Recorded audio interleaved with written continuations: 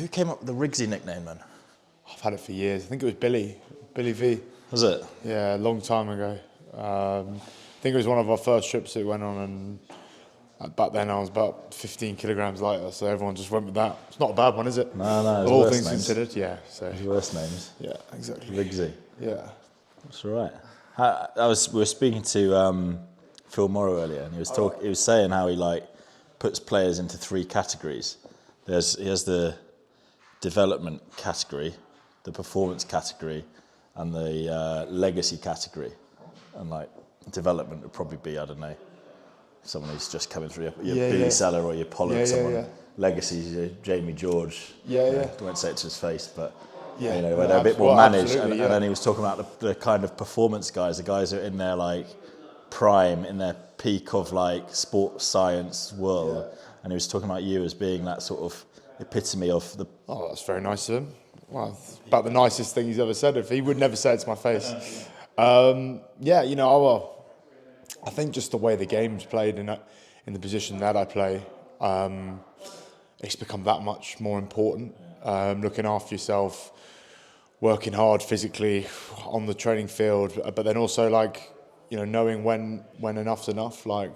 That's probably the one thing I've learned is sometimes you can flog the horse so hard and you end up being detrimental to your work. So it's about knowing the days off for days off. You can't be doing all sorts on your feet all day. Sometimes it's about chilling out. But yeah, so it's something I take very passionately, but also something I need to do because you've just mentioned these young guys that have come through Pollock, Pepper, Cunningham South, Fisalau. These guys are it's amazing how well developed they are at such a sort of a green stage in their career, which is so exciting for them, but also really does give us slightly more experienced lads a real kick up the backside to stay on it.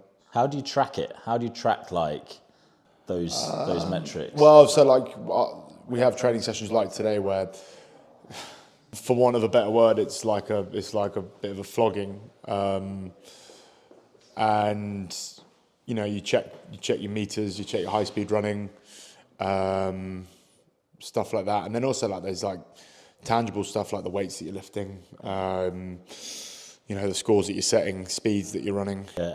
What are the numbers in your head when you're thinking of your metrics and your data? What are the ones that come to mind? What are the ones at the forefront of your mind? Probably distance ran in a week would be important, in a kind of session. So I think today we've just done just over 5k, but we're on pitch we're not on for that long, so it's in quite a short period of time with a ball, with change of direction. It's not like running in a straight line. And then there's metrics on pitch that I like to use. We've talked about work index. It's a big thing that Steve sort of introduced to myself when we were trying to go after things. And there's work index numbers that I like to get sort of hit, and that's the time in between involvements in a game. So the lower the index, the better the score, if that makes sense. So so I like to get something between maybe one game dependent, obviously, because if it's a slow and sluggish game, you're gonna have a higher score. But something 120, 130 would be a sign of a good game. How's that calculated? Is it an algorithm or something? No, I think it's literally just the time in between each involvement in the game. So obviously there's times in the game where as a back rower, you're not involved. How long does it take to kick a goal? That's dead time for us. So it's and then there's periods of the game where you're massively involved. So it doesn't force your hand, because of course should be want to do that all the time. But I have that in the back of my mind. It's something I think about before the game is how low can I make my work index today? And some of my better or more involved performances have been something low 120s, low 130s is a sign of sort of a game where I'm involved a fair amount. Right. So that 120 would be the would sort of be the standard bearer of the performance on a Saturday. So that would be the cumulative time you've spent between involvements across the match. 120 seconds. Is it? No, 1 minute 20. So 80 seconds. Okay. So that'd be tackles, turnovers, breakdowns, hit, carries. Rucks. Yeah. Is it? Including scrums as well. So obviously, as a back rower, we are pushing, but it's way harder for them front rowers. So yeah, it's just something that me and Steve use as like a bit of a when we go through our review, like sort of where we think we're at in terms of that. And you get that for Saracens as well. Get it for Saracens. It's sort of shared data, isn't it? And like, you know, you could talk about like lads you're competing with. There's like a table. I haven't seen the table, but I get one of the analysts to tell me where I was in the week, which is always a good sort of motivator. And obviously, like I said, it's not everything, because some games are like super massive ball in play, like 40, 45 minutes. But then there's some games where it's like, you know, low 30s, and the game's slightly different. But yeah, it's just a nice number just to aim at. Really. So that table you get, is that just with England players? Mostly, yeah. Right. Yeah. I haven't actually seen who's on it. I think it's like the lads they track around the league.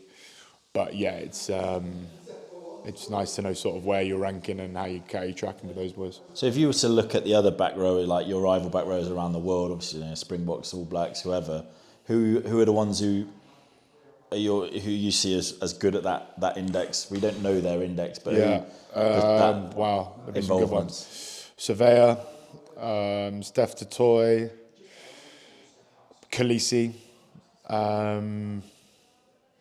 Quagga Smith, Aldrit would be right up there. Olivon, Francois Crowe would probably be like sort of Mr. Involvement, wouldn't he? Like he is always in and around it. Yeah, there's so many. McWright. Yeah. Basically, like what it really didn't force my hand, because hopefully I'd have got there anyway. It sort of forced me to like there's a number here, so there's actually something I can like gauge. Yeah. There's tangibles to go after, so actually forces my hand to be in the centre of involvement. Like, I felt like me being involved more often meant that I played slightly better. So that was a good like sort of nudge in the right direction. So it's something that Steve and I look at regularly, sort of gauging where I'm at and where I can tinker. I listened to that podcast you did with Ben Youngs the other day, and he said you mentioned 2023 when you got called in for a meeting with Mako and Dan Cole. Yeah, and Nick Ezekwe, I remember it well. Yeah. Sort of a penny drop moment, I guess. Yeah. What was that? So what was the feedback there then? Well, it was just like you're not doing enough. You're not doing what is required to play for England. You've got it all. You know, Steve was basically saying you have every capability to go and play for England, to start for England, but you're deciding not to do it. It's nothing to do with your like physical capabilities, nothing to do, but it's just you decided not to do it. So why is that? Go and have a think, you know. And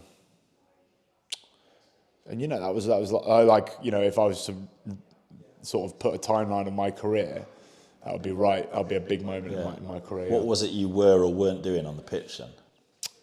Well, I think if you remember, does Duhan van der Merwe score in the far right corner as we're looking to basically win the game in that game, and if you just watch me as a player, it's shocking. What were you doing?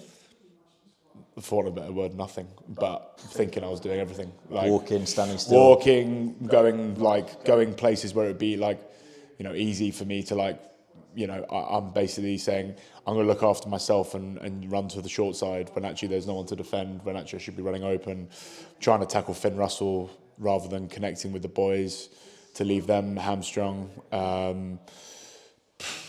Loads of stuff that that I'm not proud of, but like again, look back on it now, probably one of the best things that happened to me, because I learned so much from that kind of meeting. And when you're in this performance stage, how much work goes into maintaining where you're at and improving, like your diet, for example? What's your diet like? Yeah, it's a weird. Well, I'd like to think my diet's pretty good. It's a weird one because like I'm 20. I've just turned 28.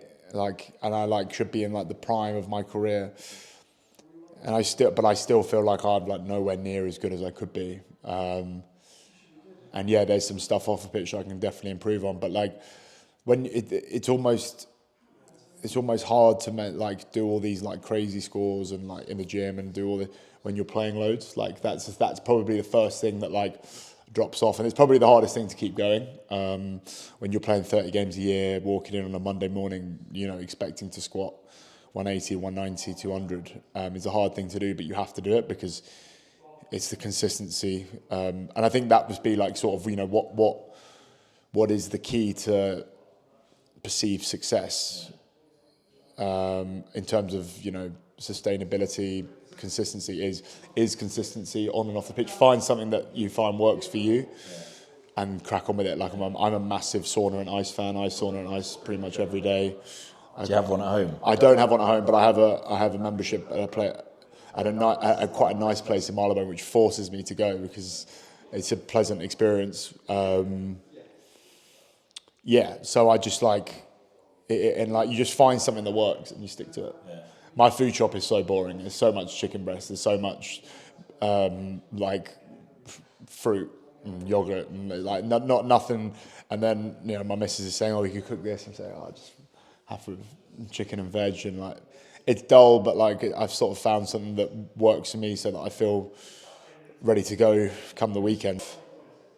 I don't eat breakfast, so if I have how many days a week are there? 7 days a week. 40 out of 40 meals, I reckon maybe like 10 of them have chicken in it. One of them has mince in it because I always have spaghetti bolognese the night before a game. So there's 11 meals taken care of. So I don't really have 3 to play with. Right. So, yeah. So how many chicken breasts would you have in a meal then? 2, 3. It's 30 chicken breasts a week. Right? Yeah, it's a good game. Bad day to be a chicken. Yeah, I did a thing with Marla and Tom Kerridge a few years ago, and the Marla said, "How can I make my chicken interesting?"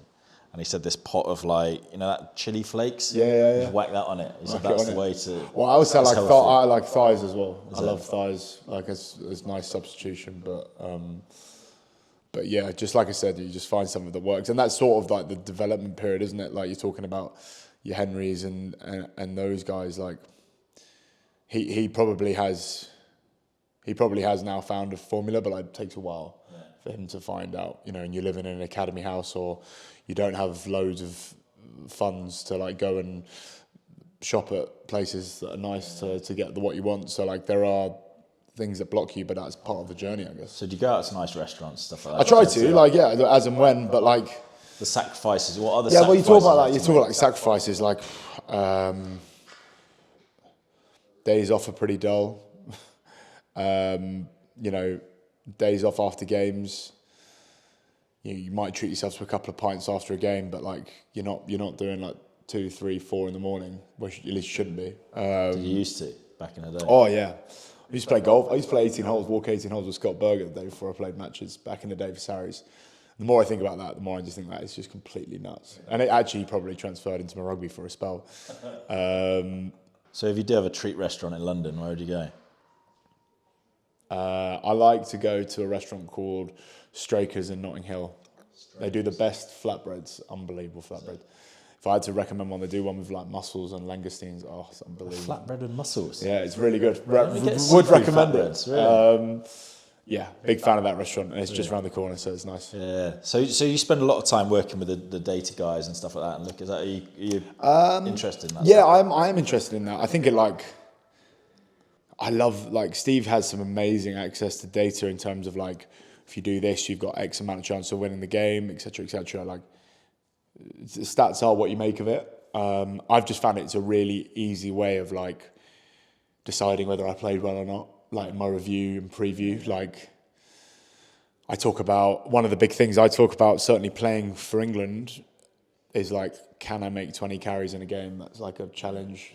And I rarely do, but geez, if I've got the intent to make 20 carries in a game, then hopefully 8 of them break the line or do something, and then all of a sudden you've got something to hang your hat on. Again, it doesn't mean anything. It is what you make of it, but I've just found it's a really nice way of reviewing a game and saying, right, well, have I done that, or have I had the intent to do it? Because I've got 14, 15, 16 carries or whatever. So yeah, that is just I've got a couple of things that I hang my hat on in terms of have I done this to when I review a game, and 3 out of 4, 4 out of 4 is quite nice. Really? So what about that'd be the carries? So it'd be work index, number of carries, post contact meters, and then tackles attempted to made. What would your tackles be? I like to try and get like 85 to 90%. But like I can't. It's one of those ones where like, if I try and make 20 tackles in a game, I'm probably not doing the right thing defensively, because I'm probably like, so like the tackles that I make, firstly I want to make them, and like I want to make more dominant ones than I do, but like first you've got to make them, and then have the mindset of what comes off the back of it. And like again, like I talk to people about like, should I change it? But like at the moment, I find like it's good to not tinker too much. And the other thing that was interesting when we were speaking to Morrow earlier, he was talking about how like people read like players' body language on the pitch towards the end, and they say like sometimes they might not be running properly, and people will jump to the conclusion they're not fit, kind of thing. That's the thing. But he said actually it all depends on like testosterone levels and adrenaline levels. Do you track? Is there ways of you tracking that kind of? I don't think so. Thing? I don't think so. But like they're right. They're right. There's a life to people at certain times in the game, and like there's so much that goes into a performance. There's so much that body language is such a big thing. We've just done a session there, and like I don't think the body language of the boys would be that great because of just the nature of it. But like that's teaching us. You know that Steve openly said he's going to put us on the toughest conditions today, and like we're almost preparing for the worst, so that when things don't go that way, you can see the buoyancy in the group. Like, and also like noticing when it's time to flick the switch, and like you've got an opportunity here to do something in a test match. It's like noticing it and climbing up the ladder again, growing another leg, and that's where the experienced players are so invaluable. How did he put you in the toughest conditions today? Mostly just through running. Like we'll be attacking down one end. He'll be standing on halfway and he'll leather the ball down the other end and say, "Go on, then off you go." Cheers, mate. And it's hard, but it's actually, you'd be surprised how realistic that is in a game, like where like when you play the best teams, which we're going to over the next sort of 6-7 weeks. You make one small error or something, ball spills out of a ruck, all of a sudden you're back in your 22, and it's like, how have we got there? How do we react to doing that? And Steve, like I said, Steve's putting us in these positions where it's like, at the time you're like, this is nuts, but actually you think about it now. Like I was just cycling back there thinking about, that happened loads in that New Zealand Argentina game, sort of over that, and like, how do we climb ourselves back out of this? What can we expect from individuals? What can we expect from ourselves? What do we want it to look like when we watch it back? So there's a lot of stuff that like we talk about. We'll talk about what that happened today and go from there. One other thing I heard on that podcast with Ben Youngs, and I couldn't quite get the story. It was glossed over quite quickly. Something said "Made in Chelsea." Did I hear that? There was some comment about "Made in Chelsea." Was it Eddie or something like that? I don't know. I might have to listen to it back. I can't. I sort of. Everyone was sort of talking to Faz, and I was just sort of there, just like, no worries, you just crack on. Because they were saying Faz would probably never come on another podcast again. He's probably right. So, just to listen to him speak with those boys was nice. I don't know. I think Eddie had conceptions about myself and a few others around like our hunger to play for England and our hunger to sort of do the tough stuff. Again, I can only say I was so thankful for what Eddie did for my career, in the sense that like I learned what it took to play for England. Like I learned that it's flipping hard, and it should be hard because it's the hardest part of our game. And also he's the one that capped me. He's the one that gambled on me when I off a very small body of work. So for that, I'm very, very thankful. But yeah, there was certainly some conceptions around sort of how I should play and what and what where I came from and stuff, which is tough. And like I probably didn't deal with it in the best way either. And like when people say, would you change anything in your career? I definitely wouldn't. I wouldn't change a thing. Like I wouldn't always say it's been easy, but I wouldn't change a thing, because it's just like sort of it's so cliche, but it makes you who you are as a player. Makes you so thankful to be in these four walls wearing this top. Because when it gets taken away from you, your hunger it goes that much harder. So that was 2020. Eddie campaign was when England last won the Six Nations. You were in and around it. It's a long wait, isn't it, to win a Six Nations? This is probably the most expectation has been on an England team going to this for a while this year. Do you feel like it's about time you start winning Six Nations titles and that sort of thing? It's the sort of next step. I think it's time. and I think we're doing it. It's time to be really excited about what this England team can go and do. And I think we're feeling that. We're feeling the excitement. We're feeling the expectation in a healthy way. I think we're about to enter into the most brutal, tough competition in the world, arguably. And it's going to be hard, but like we've got every chance, haven't we? Like we've got the players, we've got the staff, we've got the plan, we've got the experience as well. Like we've had the heartache of just off the top of my head, like 2024. You know, we were 30 seconds away from beating France, thanks to my no arms tackle. But like, 2025, it came down to the last game of the Six Nations, and we'd done almost all we could. So we've learnt a few things over the last couple of years, and sort of next rung off the ladder is to go and hopefully win something, but it's going to take an awful lot of work. It's a long time since England had a long time since we've held some silverware, really, of a tournament. So yeah, and everyone knows it. Everyone knows that's the crack, and I think everyone knows that like if we go and perform how we've been performing, like we've got every chance. Yeah. But God, these teams are good, and we're going to some tough places. We're going to have to do it the hard way. All of a sudden, like it just seems like every team is so dangerous on their day. Like, gosh, playing Wales at home on the first one, maybe 12 months ago, you'd think that looks an awful nice start. God, how hungry are they going to be coming here? Going to Italy away with the team they have now, brutal. Finishing off in France, brutal. Scotland away, we haven't won there since 2020. Yeah. That was my debut. So again, and then Ireland, like what a classy outfit at our place. So like every game has got like a little something in it. So we've got to be right on it every week. And the nature of it as well, like there's 3 games, then a break, 2 games. It's different to what we've had. Yeah. Sounds like I come up with an excuse at the moment, but there's a lot that goes into this. It's not just simple. We're the best team, we should win it. You've got the Six Nations, you've got the Springboks in the summer. Like, how hard are you chasing them at the moment? How much? Well, to be honest, I haven't like really looked too far ahead than this morning. But they're the best team by a country mile.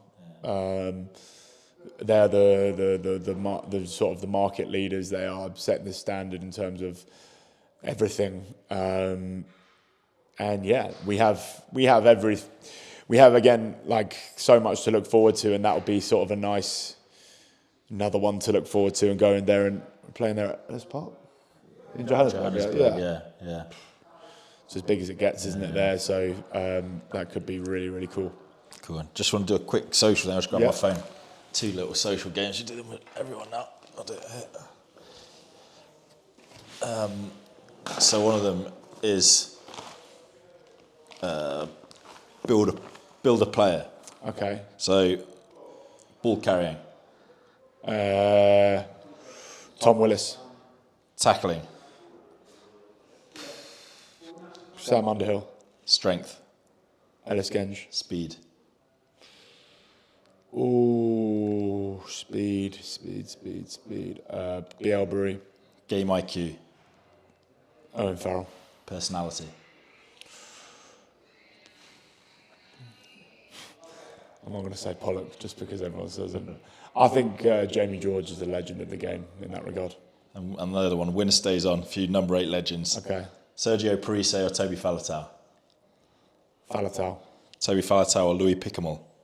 Faletau. Faletau or Jamie Heaslip? Faletau. Faletau or Dwayne Vermeulen?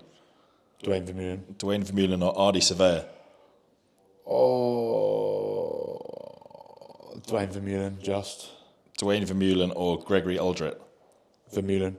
Vermeulen or Kieran Reid? Oh, Vermeulen. Dwayne Vermeulen or Lawrence Dallaglio? That's brutal. Vermeulen's run 2 World Cups, Vermeulen. Dwayne Vermeulen or Billy Vunipola? Oh, wow. Billy, just. I have to say that is my friend. It's bollocks. That was good though. That was a good list.